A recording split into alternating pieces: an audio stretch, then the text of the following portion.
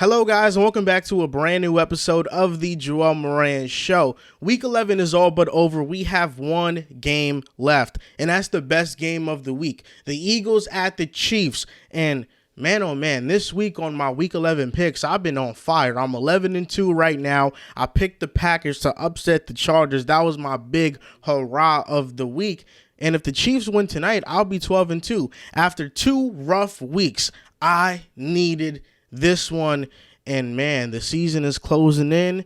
I want to win the Pick'em championship belt. We're going to do one or two things. Either going to be a trophy or a championship belt. I'm leaning towards a championship belt because I want to hold that belt and say, yeah, I'm the 2023 NFL Pick'em champion of the season. You can't tell me nothing. So I want to win that championship belt, and I'm trying hard to win it, baby. You know I'm going for glory.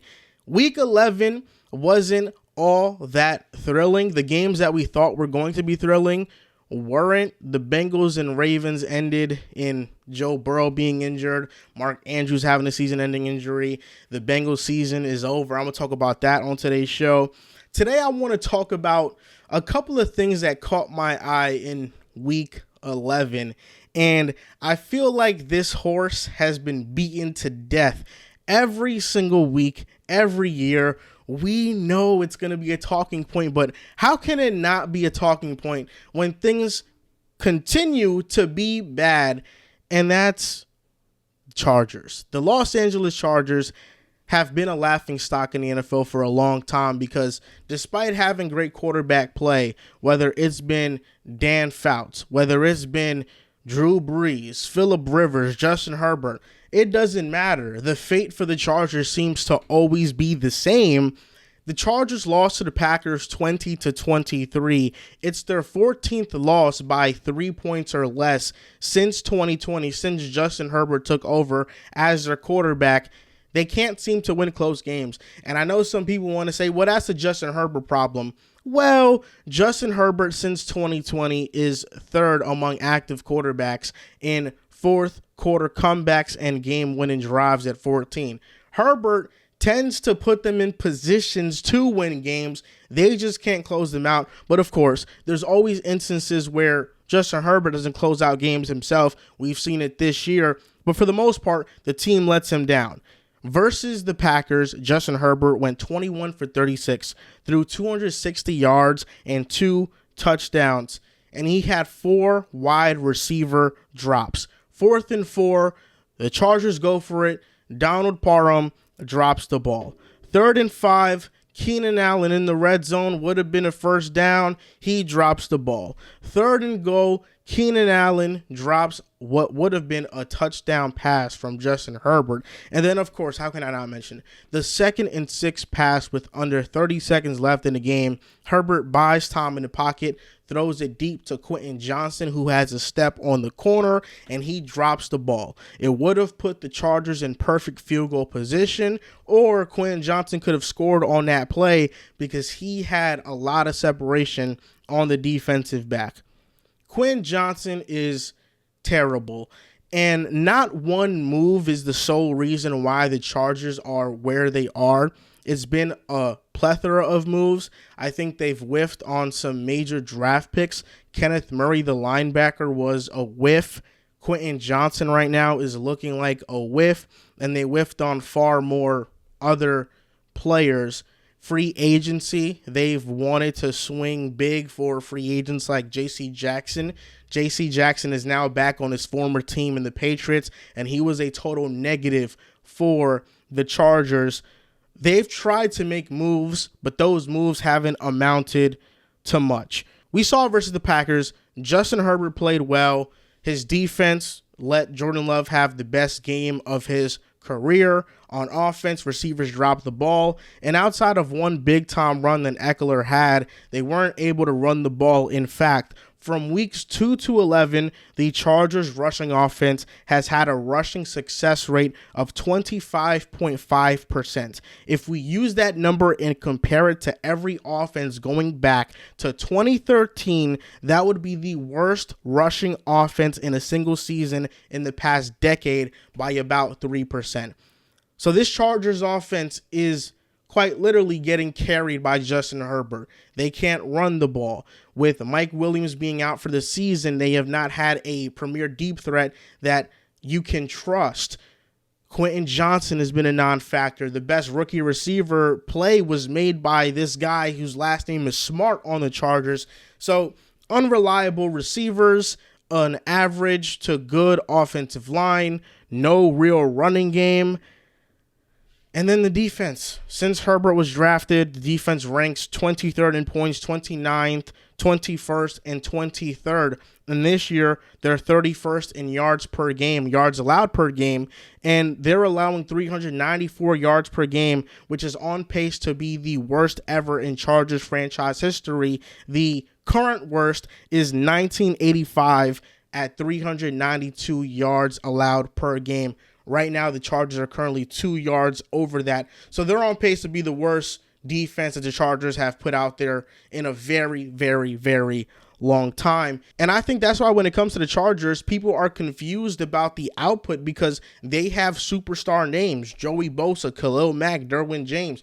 You look at the Chargers and you say, well, they have a talented roster. How can they be so bad? And I think the number one thing you got to point to is coaching. Brandon Staley just hasn't been a good coach for them. His expertise was on the defensive side of the football, and he came to the Chargers, and the defense has not gotten better. The defense has gotten worse in every single season. And I understand that he hasn't been able to fully implement his scheme, but at this point, if you don't have the players to implement your scheme, you have to adjust. And if you can't adjust, then you're not that good of a defensive coordinator, play caller, because you can't adjust to your personnel. Brandon Staley has been a disappointment since the Chargers blew the lead 27-7 at halftime versus the Jaguars. I thought Brandon Staley should be done.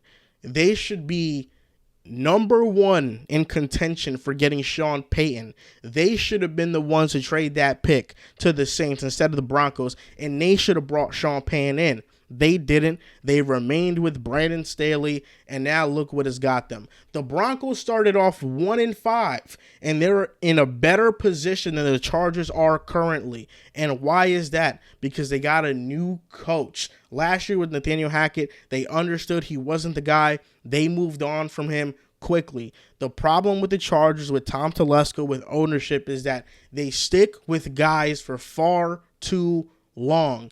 You don't need to stick with a coach for 3 years to know he's a bad coach. It only takes one. Hell, it only takes two sometimes. They could have moved off from him last year. After that blown lead, enough is enough, but they refused to. And that got me thinking, right? Because 2 weeks ago, Diana Russini, who works for The Athletic, wrote a report about things she's been hearing around the league. And per Diana Russini, she said, but if people I talk to had to bet, their money is on a mutual parting of ways at the end of the season. And that quote was in reference to Bill Belichick. The Patriots right now are terrible. Bill Belichick can't seem to figure out the offensive side of the football for his team, but defense has never been a concern. So I have an idea. And I think this idea makes the Chargers significantly better. My idea is that at the end of the season, I think Bill Belichick and the Patriots are going to part ways.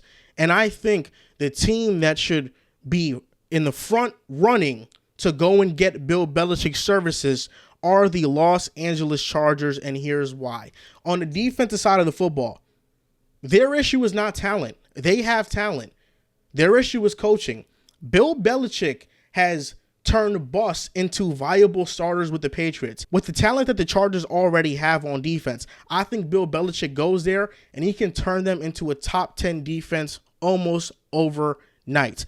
And I think it's a perfect pairing for Bill Belichick because on the offensive side of the ball, you don't have to give Herbert much for him to give you great results. Herbert, for the past couple of years, hasn't had the most weapons to work with. He hasn't had the best offensive line to work with. He hasn't had a running game to work with. Yet, the Chargers are still able to put points. So I think it's a perfect fit for Belichick. You get to coach a franchise quarterback who can hold his own on the offensive side of the football, and you worry about the defense, and I think that is the perfect recipe to win games. And if you're the Chargers, you need to stop swinging for these young up-and-coming head coaches and go get yourself a proven legend who track record speaks for itself. Shifting gears to another AFC West team, it's the Denver Broncos. The Broncos are 500 after starting the season 1-5. They led up 70 points to the Dolphins. They led up 31 points to the Jets, led by Zach Wilson. I mean, they were an embarrassment. They were a travesty. They were an embarrassing football product to watch. And after they had traded a pick for Sean Payton, everybody's panicking, and they're saying this was a disastrous move. But they have changed everybody's tune because they've won 4 straight games. They now sit at 5-5. And I think the biggest reason for that has been the defensive turnaround. And that started in week 6. They led up 19 points to the Chiefs, 17 to the Packers, 9 to the Chiefs, 22 to the Bills, 20 to the Vikings. This defense has played some really good football, and it starts with benching Damari Mathis and starting Fabian Moreau opposite of Pat Surtain. Jaquan McMillan has played some really solid football and has been a bright young spot for the Broncos defense. Trading Randy Gregory and releasing Frank Clark has allowed these young edge rushers to now get more opportunity, and they have been delivering. Baron Browning, Nick Bonito, Jonathan Cooper, they have been playing a great role in this defensive turnaround. But how much am I buying to this team? I know people are going to say I'm a hater, but I don't hate the Broncos. I'm just being realistic. What the Broncos are currently doing, is it not what we all expected them to do? I understand that now the excitement for them is high because they were at such a low point weeks ago. But in reality, when they got Sean Payton, what did we expect? A run-first team that plays good defense, and Russell Wilson will bounce back. I don't think anybody said Russell Wilson will be a terrible quarterback with the Broncos when Sean Payton gets there. Russell Wilson, I'm not surprised he's having a good season. Did I think it'd be a little bit worse? Yes. I thought Jarrett Stidham could come in his place and maybe do the same job, if not a little bit better. I was wrong on that, no doubt. But what the Broncos are, their identity that they have found the last couple of weeks, run first, play defense, make splash plays in the passing game. That's been exactly what they have been these past couple of weeks. So what they currently are is what I expected them to be. And sitting at 5-5, have they dug themselves in too deep of a hole to get out of? Could they make the wild card in the AFC? If they do, bravo to them, because they traded for Sean Payton to be in a win-now situation. But do I pose this question to you guys? What if the Broncos finish 8-9 or 9-8? How many of Broncos fans are going to say, man, we didn't even make the playoffs. We should have just tanked? Because after 4 weeks of the season, every Broncos fan was so hell-bent on tanking for Caleb Williams or Marvin Harrison or Drake May, the top guys in the draft. And now they're 5-5. The playoffs aren't a lock, and now there's some sort of excitement for this team. I understand they've been playing good football, but why should you be over the top excited for something the Broncos should have been doing all along? They should have been a 500 team. They should have never been 1-5. They blew a game to the Raiders week 1. They blew a game to the Commanders, who were terrible. They should have never been in that position in the first place. And you can use that and say, well, the Broncos should be 7-3 right now. They're better than you think, Joel. Are they better than I think? I had this team as an 8-9 team coming into the season. This is exactly what I think they are. A middle-of-the-pack team. It's been a great turnaround, and shout out to them. But let's not act like they're doing anything special. But you want to know who is doing something special?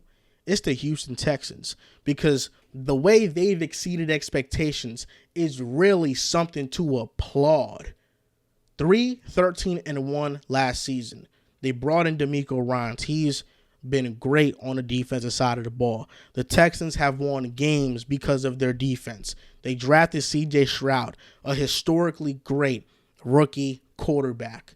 He's playing like it right now. The weapons they have been far better than what I thought. Tank Dell is a superstar in the making, and he continues to put on these big-time performances. CJ targets him down the field. Tank Dell is already one of the best receivers on in-breaking routes and on deep shots down the field. Tank Dell is a stud. The Texans right now are 6-4.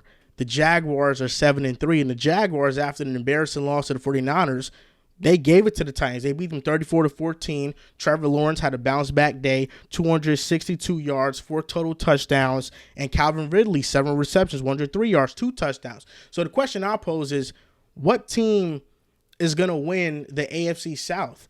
And I know the Jaguars have the lead right now. They're 7-3. These two teams face off this weekend, which is going to be an exciting and an awesome game. But I have to say right now, I think the Texans are playing some better football. If I had to bet my money on it, if I had to bet on the trajectory and the growth, I'd lean with the Texans. But I can understand where you would go with the Jaguars, because the Jaguars are a team that, in theory, should be ahead. Last year, they made the playoffs. Trevor Lawrence took a little leap. Doug Peterson changed the culture in Jacksonville. So, in theory, this year, they should be much, much better. Here's the thing, though. When it comes to the Jaguars, I just don't know if I can trust their offense consistently. A fun fact is that when Zay Jones has played, Calvin Ridley in 3 of those games has went for over 100 yards. I still believe Ridley is the best wide receiver on the Jaguars. They just don't use him correctly. For the most part this year, they've used him on 2 routes, on hitches and go routes. But versus the Titans, what did they do? A lot of crossers, in-breaking routes, getting him in space. They ran a jet sweep with him. Getting Ridley in space and using the speed and the route running to his advantage. And this year, it hasn't been that. There's no route running involved in a goal ball. It's just straight down the field. There's a lot of release involved, but route running, if a cornerback is expecting you just going deep, what is there to really prepare for from a route running perspective? There isn't much. So I think when the Jaguars use him in space, they reap the benefits of why they traded for him in the first place, and that's to elevate Trevor Lawrence. And when Trevor Lawrence has been at his best is when Calvin Ridley has been at his best. Trevor Lawrence's 3 best games have been when Calvin Ridley has been at his best. So I don't think it's a coincidence that when you involve Ridley, Trevor Lawrence looks like one of the top guys. So if the Jaguars offense can figure it out, I have much more faith in them. But to this point, the Texans have just been impressing every single week. They beat the Jaguars already earlier in the season. I just think they have more pieces on their team that I trust more.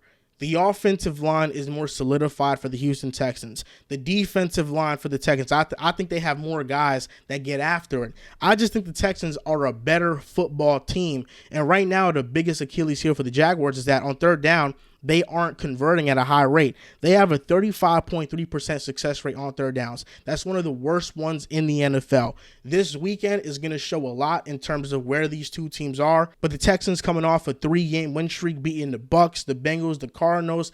I feel like they're coming into this game red hot. And I'll make my final prediction on the Wednesday Pick'em show. But right now, if I had to pick who's winning this division between these two teams, I have to lean the Texans just because I think they're a better football team. DeMeco Ryans, Doug Peterson, since taking over the Texans and the Jaguars, they have been phenomenal coaches. But that leads me to my next segment. That's coaches on the hot seat. Which coaches are in the most danger of losing their jobs after this season? And I think these 3 come to mind off the top of my head. And I think these are the 3 biggest hot seat coaches right now. Number 1 has to be Brandon Staley. 3 years with the Chargers, what have you shown me? How has the defense improved? 3 years with the Chargers, the defense for Staley has regressed every single year. While the win and loss record might be there to a degree, that's because of Justin Herbert's greatness, and we all understand that. What has Staley done to elevate this Chargers team? I think Brandon Staley is number 1 on coaches in the hot seat, and if you would have asked me this question last year, he would have been number 1 as well, which is why I'm baffled at why he still has a job with them.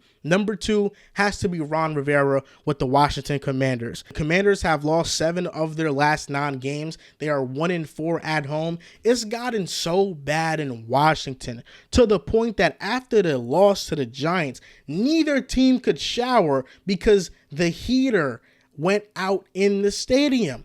How are you a professional football team? $1 billion stadium, at least I assume, and the showers aren't working for either team. The players cannot take a shower after the game. That's embarrassing. And Ron Rivera's been embarrassing because the quarterback position still has yet to be figured out. I know Sam Howell has shown some flashes, but he's taken 51 sacks this year and is amongst the league leaders in interceptions. The highs for Howell are high, but the lows are very, very low. But the biggest reason why Ron Rivera's on a hot seat is because the Commanders, since their 2019 season where they shocked some people and they won the NFC East with a 7-9 record, I believe, the defense has only regressed. Jack Del Rio right now has this team giving up 240 plus yards and 3 touchdowns to Tommy DeVito. I know the football world didn't even know who Tommy DeVito was a couple weeks ago. An undrafted free agent and Tommy DeVito lit up this Commanders defense. That's embarrassing for everybody involved, and they've whiffed on some draft picks. Their best 2 picks in recent history, in Chase Young and Montez Sweat, they traded them to different teams. I mean, this team is a mess. Number 3 and number 4 are in the same tier to me. Number 3, I'm going to go with Frank Reich, though. The Panthers have 1 win on the season. The Panthers had the first overall pick in the draft. You had the chance to draft any quarterback you wanted. You went with the guy that I think we all think you thought was the guy in Bryce Young, and Bryce Young to this point has looked like one of the worst starting quarterbacks in the NFL, and I think a lot of that can be attributed to situation. Frank Reich is supposed to be a good offensive coach. After they started 0-6, what did Frank Reich do? He deflected. He started off with play calling duties. The team went 0-6, and he said, I'm going to hand off play calling duties to my offensive coordinator, Thomas Brown. Thomas Brown gets you a win versus the Texans, albeit it doesn't look very good still. Then after these past couple of weeks, the offense goes back to being what it was. It was garbage, and Frank Reich takes back play calling duties. So you're telling me Frank Reich, when he got to Carolina, he said, I'm going to call plays. Then when they weren't working, he shifted play callers and he gave the responsibility to his offense coordinator. Then he noticed those results weren't working. So he said, you know what? I'm going to go back to me. There's just a lack of leadership in Carolina. Everything in Carolina has regressed since Frank Reich has got there. The offensive line, which looked promising last year, looks awful this year. They can't pass the ball. The defense even looks to have taken a step back, even though Evero is doing the best he can. I mean, this team is a laughingstock. And I thought this was an all-star coaching staff when it was first assembled, but you're only as good as your head guy. And Frank Reich is just proven to be not a good head coach. And number 4 got to be Arthur Smith. He's playing musical chairs with the quarterback position. Last year, Marcus Mariota started. You bench Mariota, you start Desmond Ridder. Ridder is the quarterback all of training camp and coming into the year. You eventually bench him for Taylor Heinicke. Then Heinicke doesn't play so well, so you bring back Desmond Ridder, and now quarterback 1 this Sunday for the Falcons is Ridder. I don't care about wins he has despite being an underdog. The truth is that Arthur Smith has yet to figure out the quarterback position, and he is not putting his playmakers in Drake London, Kyle Pitts, and Bijan Robinson in the best position to succeed. To wrap up the show, I just recently got a notification from The Athletic, and this notification reads, Jets to start Tim Boyle, sources say. Zach Wilson is being benched. And it doesn't matter. The reason why Zach Wilson being benched doesn't matter is because he is not the biggest problem with the Jets. Zach Wilson is terrible. But the reason why this doesn't matter is because I saw the Jets offense with Tim Boyle last game. When Tim Boyle was out there, Garrett Wilson fumbled. Tim Boyle threw an interception. If the Jets think benching Zach is saving the season, they are idiots. They're making a move because I think the locker room probably has been calling it for a while, And they just need something to show that we're trying to win. But the reality of the situation is that outside of Garrett Wilson, no receiver on the Jets can separate. Lazard, Cobb, Conklin, Uzama, any receiver that we have, they can't separate. We can't run the ball. Look at the Jets' game logs the last couple of weeks. Look at the running backs. Breece Hall has been able to run the ball. And that's because our offensive line is terrible. We're on our, I think, 13th or 14th offensive line starter on the year. The Jets can't run the ball. They can't protect. So every other drop back, our quarterback is being pressured, and we don't have receivers getting open down the field outside of one. And when safety shade over to his side, they are doubling him, and now there's no other option. Zach Wilson is not good, but starting Tim Boyle is not going to get us any better results. I think starting Tim Boyle, it's like whatever, but like we're still going to be terrible, and is not going to fix our offensive issues. For as much as I loved the Jets getting Aaron Rodgers, and of course, none of us knew that Rodgers was going to get hurt for the year and tear his Achilles. We also have to put some blame on Aaron Rodgers, because the reason why Nathaniel Hackett is the OC, the reason why Randall Cobb, Alan Lazard, Billy Turner are employed by the Jets, Tim Boyle is employed by the Jets, is because of Aaron Rodgers. And all of Aaron Rodgers' guys are dog shit. It's as simple as that. They're not good. Nathaniel Hackett proved to us last year he wasn't good with the Broncos. But we got him because he's Aaron Rodgers' buddy. That's why. But when Aaron Rodgers goes out and we need an actual competent offensive coordinator, we don't have that. So it doesn't matter if we're going from Zach Wilson to somebody else. It does not matter. I think this year is a lost year. I think Aaron Rodgers tried to come back from the Achilles, but quite frankly, I think what he was trying to do was impossible. I don't think he ever was going to successfully come back from that Achilles in late December. I don't think that's possible. I think he gave us false hope, knowing that the Jets ain't going to be good when I get back. So now I have an excuse not to come back because we're not even going to be in the hunt. I think that's what happened. But yeah, I don't think this fixes anything. Talking about quarterback injuries, I want to talk about Joe Burrow for just a little bit. His season is over with a wrist injury. I don't think this is the worst thing in the world for the Bengals, and here's why. T. Higgins after this year is a free agent.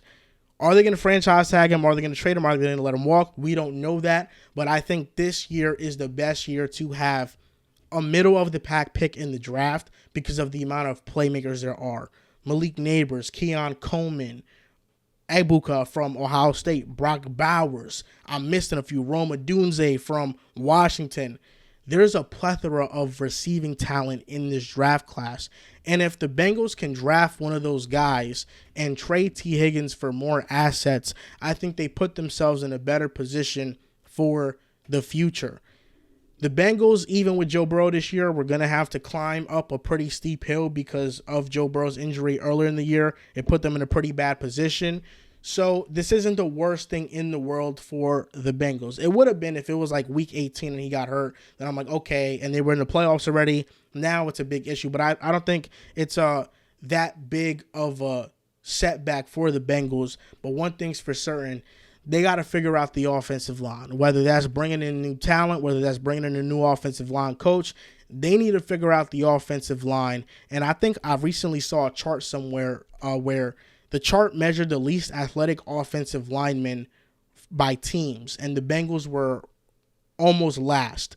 Well, the Bengals were last by a mile, which means the Bengals have the least athletic offensive line of any team in the NFL. And I think moving forward, if they want to get different results from that unit, they got to get more athletic. So I don't think this is the worst thing in the world, but it does suck that Joe Burrow is out for the season because I love watching Joe Burrow play. And that's going to do it for this episode of the Joel Moran Show. Talking about the Chargers, Texans versus Jaguars in the AFC South. Next time recording will probably be later on this week, just doing my game picks for Week 12 and talking the NBA. Thank you guys for watching, and I'll see you guys next time.